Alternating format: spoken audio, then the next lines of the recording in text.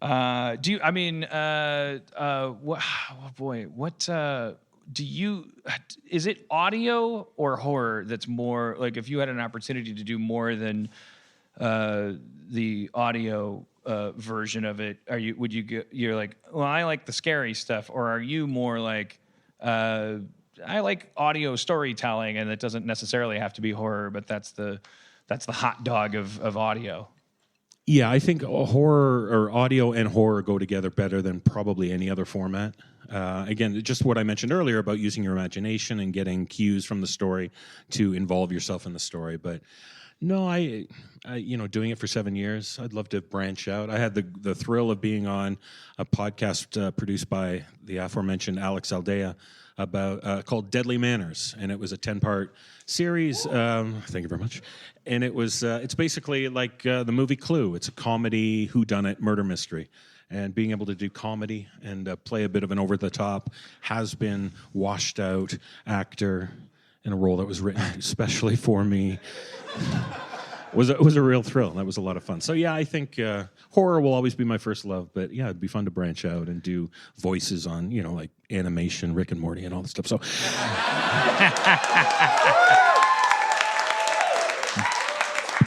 is this on? What? Well, it's funny you should mention that, David, because I actually have, now I know I did some goofing, I improvised some stuff, but I did write and polish a story in which the character is you, David Cummings, telling a story called, and I'm telling you because you'll have to introduce it, author Dan Harmon will tell the story. The title is Why I Won't Ever Go Back to Rick and Morty.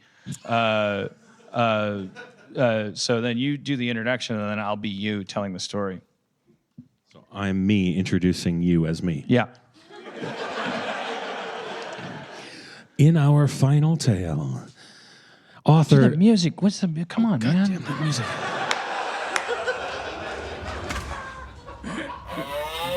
Hey, wait, sorry. Just before we do this, could I give a shout out real quick? I'm so shout sorry. out. Yeah, I know. Yeah. I forgot about the shout out. We had a fan that was gonna come. They're not from here, and they're gonna come and see the show. But they had a health incident that involved, I believe, a brain tumor, which made them had to cancel their plans. They wanted to be here and couldn't.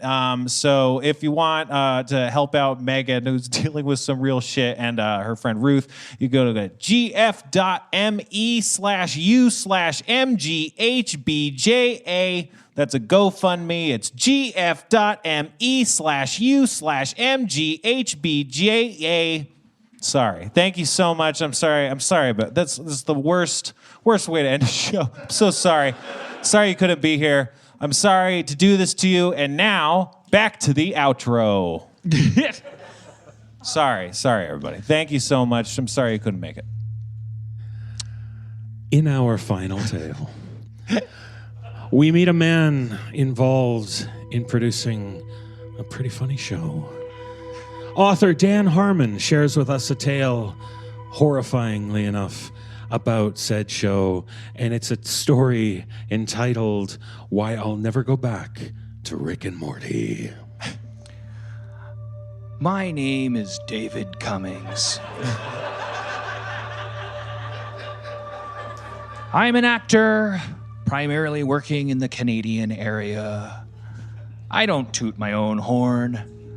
I like to have lots of sex with my big Canadian dick.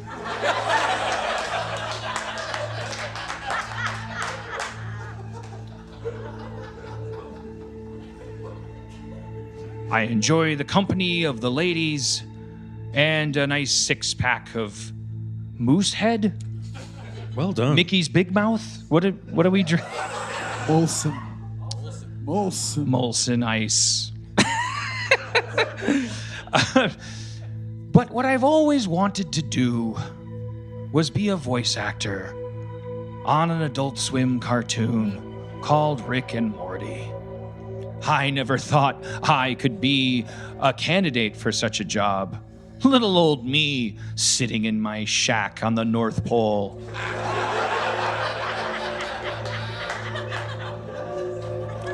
But it's healthy to fantasize, and so I would pet my husky and look at my sled while whittling my kitchen furniture out of my grandmother's snowshoes, which she donated to me after retiring from vaudeville.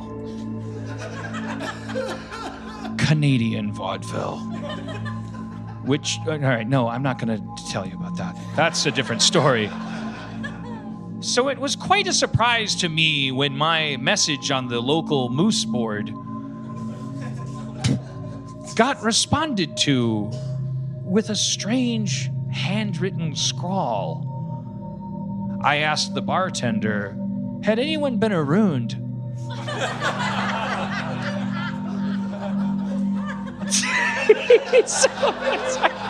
I don't know why it's so. Shame. Why am I allowed to? I don't know. Shame. Why am I abusive? It doesn't. Like, it's because you're nice and so I'm abusing you? It makes no sense. I gave you a big dick, remember? I don't think of you as I'm thinking of me as the bad person. Like, that's my point. Okay, all right, so. The bartender's answer was even more weird than my question. No. Wait, no, weirder. So it's funny you should ask because no. When I got home to my answering machine, I had the strangest message. It said it was from an Emmy-winning television producer. But I couldn't tell if it was fake. My friends like to play Canadian pranks. But it went like this.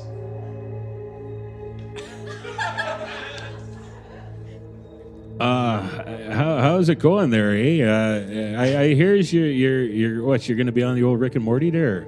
Oh, geez, eh? So, yeah, I'll come over with some Molson and we'll talk about it there. Beep. I backed up from the machine with horror. If that message was from a producer of Rick and Morty, why would he be coming over?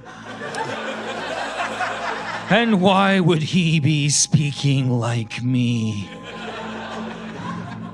I ran to the front door and rubbed it with my hand on the cold window, unsticking my flesh from the frozen pane of glass. I poked my eyes outside and saw. Anyways, later I look. It's getting late. I found a plane ticket in a box with a thumb. I would have described it longer and more scary, but I gotta get the bullet points because we gotta hit this. I found a plane ticket in a box with a thumb. There was a thumb. There was a human thumb and a plane ticket. Flying into the production office, I wondered to myself, what should I do? I didn't know what I was about to see. When I got off the elevator, 4 children in clown makeup with smiles wider than their faces. That's like big thing in that's like always everyone has got smiles. Greeted me with macchiatos. You're here to work on the show. I couldn't stand the feelings in my boots. I wanted to run away, but I also needed to be polite. That sounds good, I said, and they took me back to the VO booth, where what I saw will stay with me for the rest of my life. 300 pounds of human intestine in a writhing mass of aborted foot bone, surgically altered, all of it smiling with smiles and children bigger than the children's smiles, lips curled in a surgical foot intestine with aborted things and the little implication of the threat of rape, but not taking pleasure in it. A writhing sea. I dove in because I felt pressured.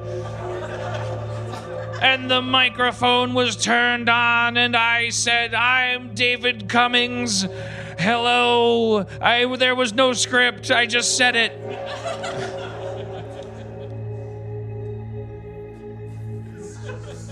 Silence entered the room, and all I heard over the speaker was, "That's good. Can we do another take?" Okay, no, that's not a good ending. Okay. Well, no. I like that. Here's my favorite kind of ending. Okay, go rewind to a sea of intestines and bones.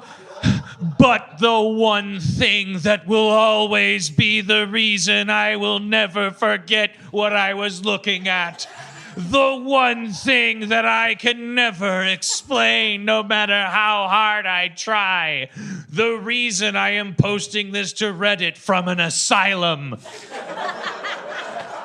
is because the engineer had a hat on with a maple leaf. So you can't riff it. There's always the one thing that will keep me up at night is that he knew my name. And then there's like a punchline. And that is why he'll never go back to Rick That's and why Morty. I'll never go back. All right. And why we bid you tonight on Harmontown, ladies and gentlemen. We bid you good night. Thank you so much. David Cummings, everybody. David Cummings. Leonard Miria, Spencer Crittenden, Dan Harmon, Zach McKeever, Nolan Fabrica, Sarah Hill, Chris Bora. I've been Brandon Johnson. Thank you all so much for coming to the lovely downtown Dynasty Theater. If you get a chance and you're in LA, please come to the Dynasty Theater. We'd love to have you. Good night.